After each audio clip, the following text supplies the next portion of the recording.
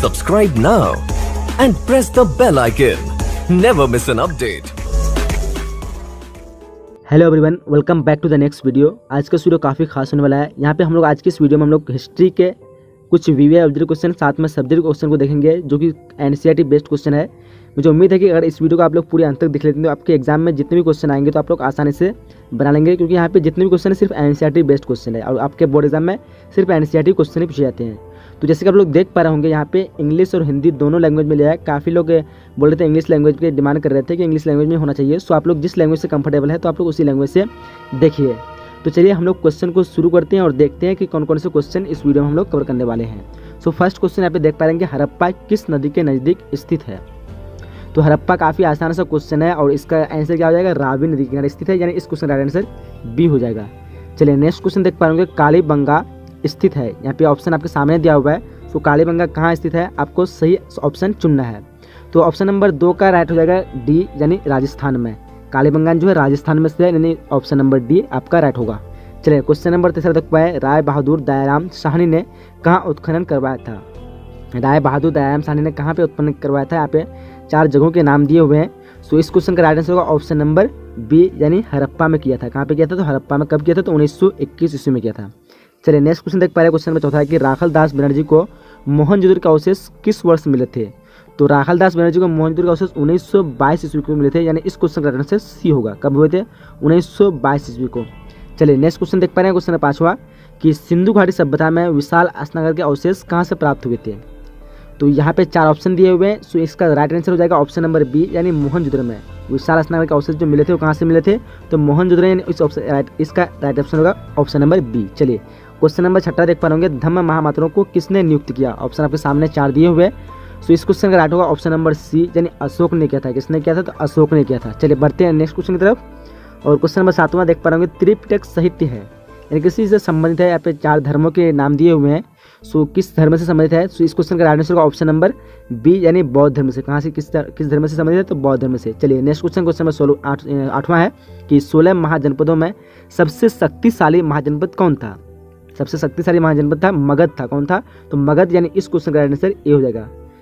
उसके बाद चलते बढ़ते हैं नेक्स्ट क्वेश्चन तक। क्वेश्चन नंबर 9 देख पा रहे कि अर्थशास्त्र और इंडिका से किस राजवंश के विषय की जानकारी मिलती है। किस राजवंश में मतलब विषय में जानकारी मिलती है। सो यहाँ पे इसका राइट आंसर होगा ऑप्शन नंबर ए, यानी मौर्य वंश की। मौर्य वंश की ही मिलती है जानकारी, जो कि अर्थशास्त्र है कैटिल के द्वारा और इंडिका मेगास्थनीज, इन दोनों की जो किताब से मिलती है मौर्य वंश की जानकारी मिलती है। इस क्वेश्चन का राइट आंसर ए हो जाएगा।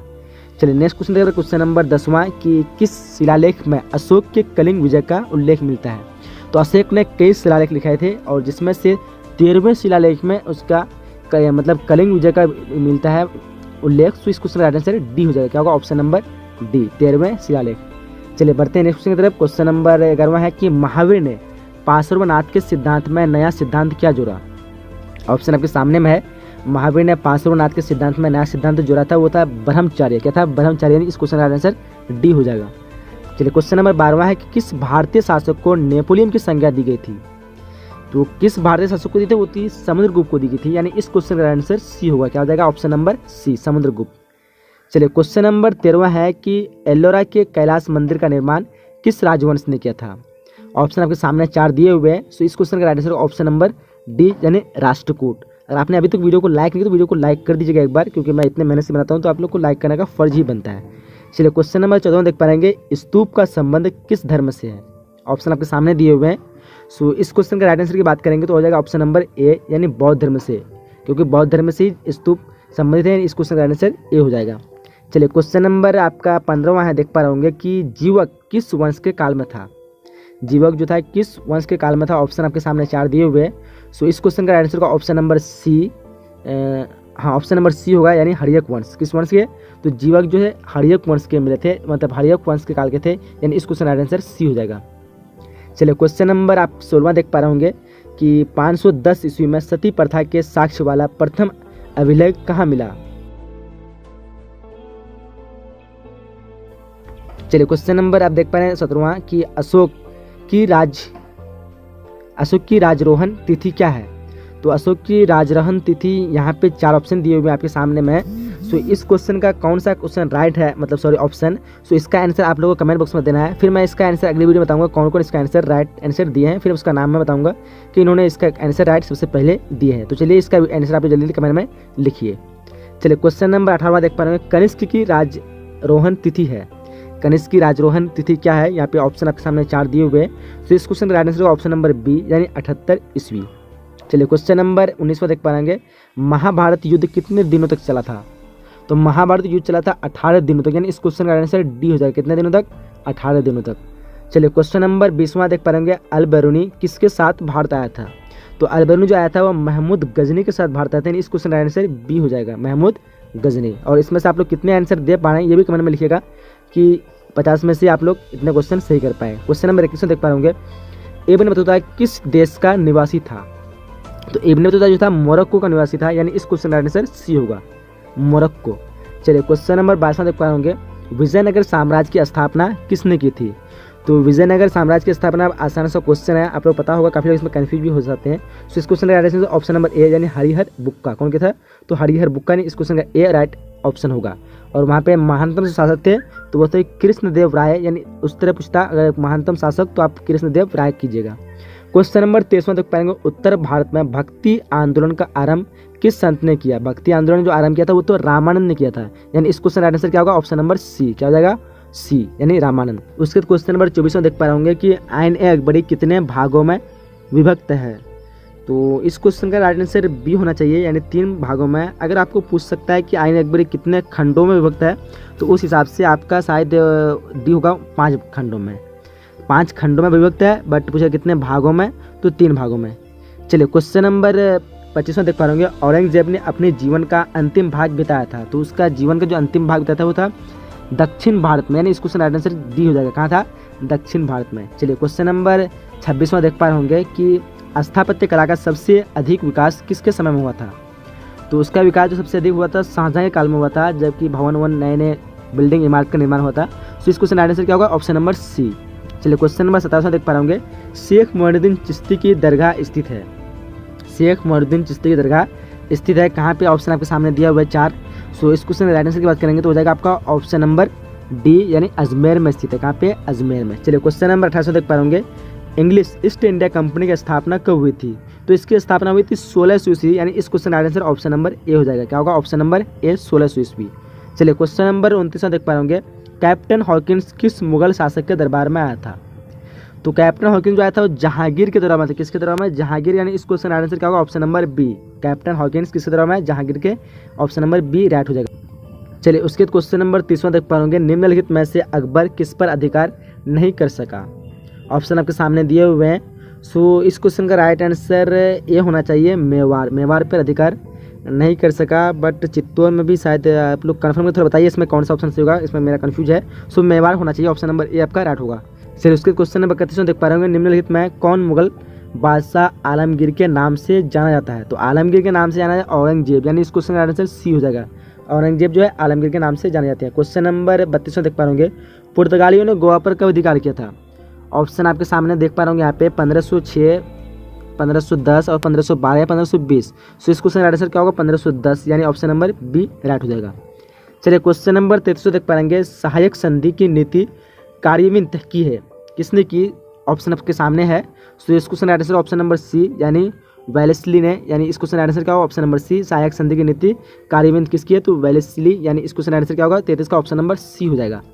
क्वेश्चन नंबर 34 देख पाएंगे, अवध में 1857 के विद्रोह का नेतृत्व किसने किया था।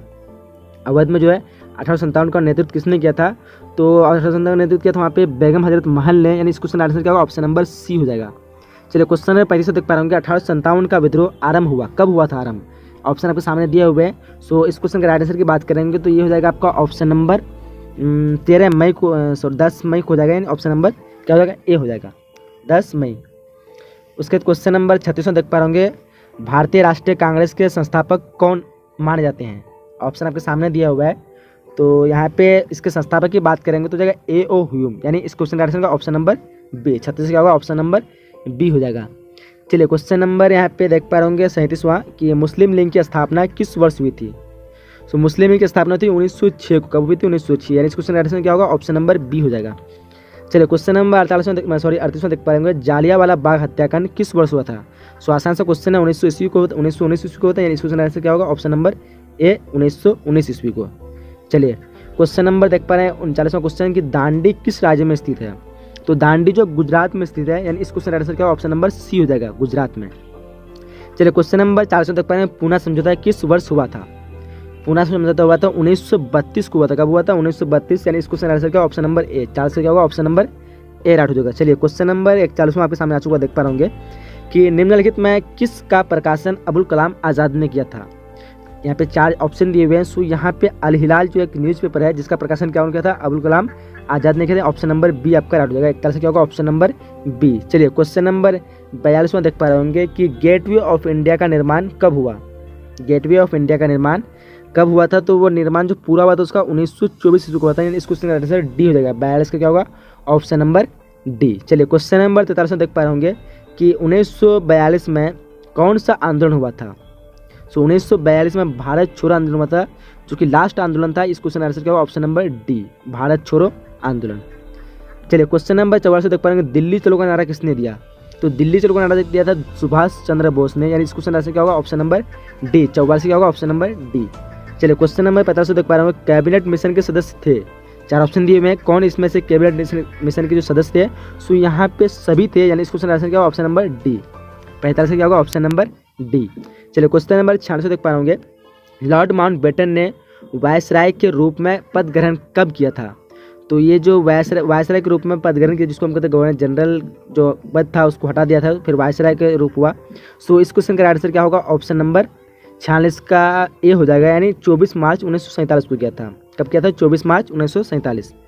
चलिए क्वेश्चन नंबर 47 देख पा रहे होंगे, भारतीय संविधान की प्रारूप समिति के अध्यक्ष कौन थे। भारतीय संविधान की प्रारूप समिति के अध्यक्ष थे भीमराव अंबेडकर, यानी इस क्वेश्चन का आंसर क्या होगा, ऑप्शन नंबर डी हो जाएगा। 47 क्या होगा, ऑप्शन नंबर डी। चलिए क्वेश्चन नंबर 48 देख पाएंगे, भारत को कब गणतंत्र घोषित किया गया था। ऑप्शन आपके सामने दिया हुआ है। सो भारत को गणतंत्र घोषित किया था वो 26 जनवरी 1950 को किया था। कब किया था, 26 जनवरी 1950। बट अगर स्वतंत्र पूछे तो 15 अगस्त 1947। तो इसमें कन्फ्यूज नहीं होना।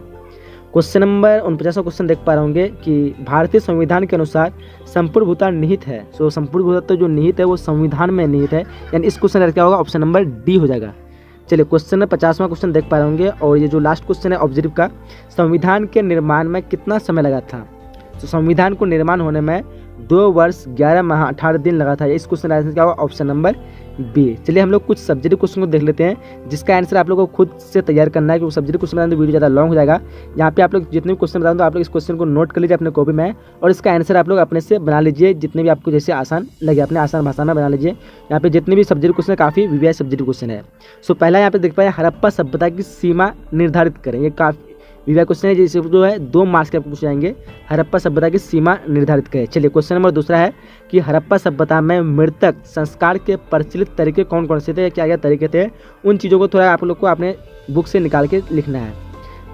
उसके क्वेश्चन नंबर तीसरा है कि मौर्यकालीन गुप्तचर प्रणाली का विवरण दें। ये सब आपके किताब में मिल जाएंगे। सो आप लोग किताब से एक बार नोट तैयार कर लीजिएगा सबसे अपने कॉपी में उतार के। क्वेश्चन नंबर चौथा है कि चंद्रगुप्त द्वितीय विक्रमादित्य के नवरत्न कौन थे। यहाँ पे इंग्लिश हिंदी दोनों में लैंग्वेज में है। सो आप लोग जिसमें भी कंफर्टेबल है उसी से पढ़िए।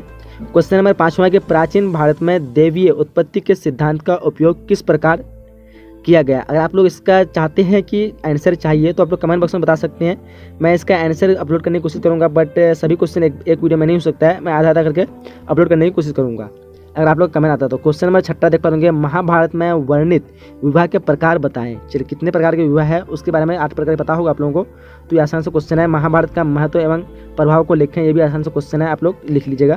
क्वेश्चन नंबर 8वां कि जैन धर्म के त्रिरत्न क्या थे, उसके त्रिरत्न के बारे में लिखना है। क्वेश्चन 9वां है कि पुराण का संक्षिप्त टिप्पणी लिखें, ये भी क्वेश्चन आसान सा है। क्वेश्चन नंबर 10वां कि प्रथम बौद्ध संगीत पर टिप्पणी लिखा है, प्रथम बौद्ध संगीत में क्या क्या हुआ था उसके बारे में थोड़ा सा डिफिनेशन लिख देना है। क्वेश्चन नंबर 11वां है अकबर के समय में भूमि का वर्गीकरण विवरण दें।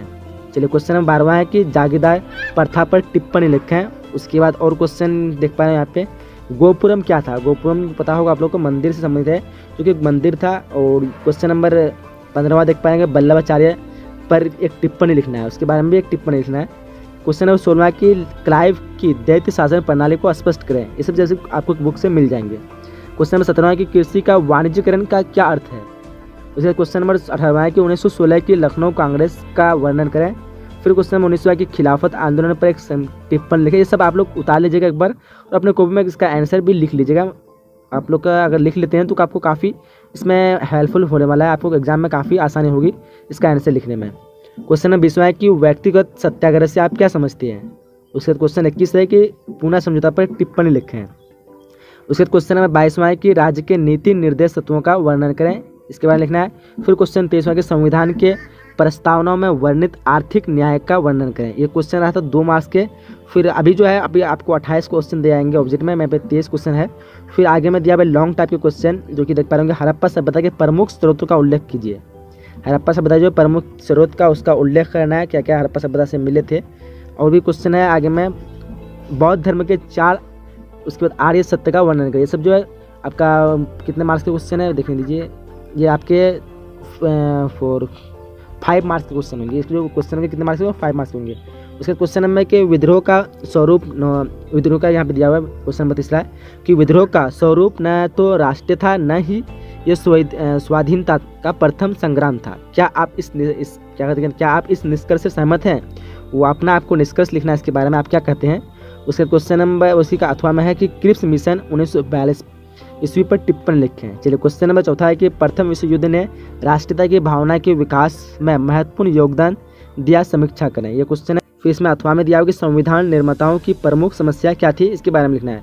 तो यहाँ पे जितने भी सब्जेक्ट क्वेश्चन है आप लोग इस पर एक कॉपी में उतार लीजिएगा और इसको एक बार अपने से एक नोट तैयार कर लीजिएगा। काफ़ी सब्जेक्टिव क्वेश्चन है, सो एक बार इसको अपना रिवीजन घर में कर लीजिएगा। फिर मैं इसका अगर चाहते हैं तो मैं सब्जेक्ट में बना सकता हूँ। तो यहाँ तक कुछ क्वेश्चन थे जो कि काफ़ी विविध थे। अगर आपने वीडियो को अभी तक लाइक नहीं किया वीडियो को लाइक कर दीजिए। मुझे उम्मीद है कि आप लोग वीडियो को लाइक कर देंगे और अभी बार अपने सभी फ्रेंड को भी शेयर कर दें ताकि उसको भी फायदा हो जाएगा।